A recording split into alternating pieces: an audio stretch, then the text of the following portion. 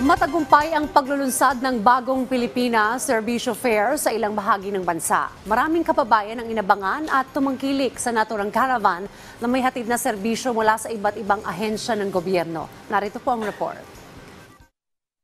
Pinilahan ng ilan nating kababayan ang 2 araw na bagong Pilipinas Serbisyo Fair sa Lawag City.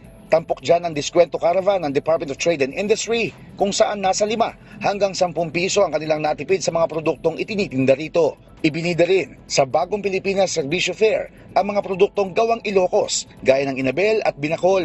We are pushing yung local weavers po natin. We're trying to capacitate them. Ang gusto po natin mangyari sana, tulungan yung ating mga local weavers. Hindi lang sila heritage na weaving, kung hindi magiging, ang hope natin, sana ay maging mass-produced na yung sa kanila in a bigger capacity and obviously export. Naghatid din ng DTI ng 3 million pesos na pinansyal na tulong sa mga negosyong nasalanta ng bagyong Egay, 1 million pesos na halaga ng pautang at livelihood kits na aabot sa 4 million pesos. Nakiisa rin ang Land Transportation Office sa higit kumulang 50 ahensya ng gobyerno na lumahok sa bagong Pilipinas Serbisyo Fair sa Ilocos Norte. Libreng theoretical driving course, pagpaparehistro at renewal ng lisensya ang alok ng LTO. Kung titingnan po natin, meron pong 33 deaths a day.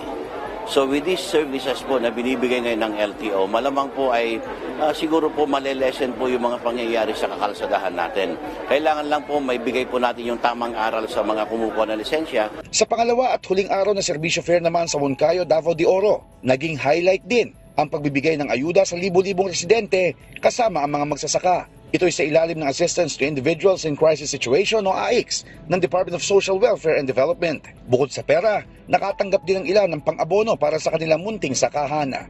Maliban sa social services, mas naging espesyal din ng BPSF sa Moncayo dahil sa kasalang bayan. Habang sa bayan naman ng New Bataan, natanggap na ng mahigit 500 residente ang kanilang sahod sa ilalim ng tupad program ng DOLE. Umaasa naman ng marami pang Mindanaoan na umabot pa sa ibang probinsya ang caravan.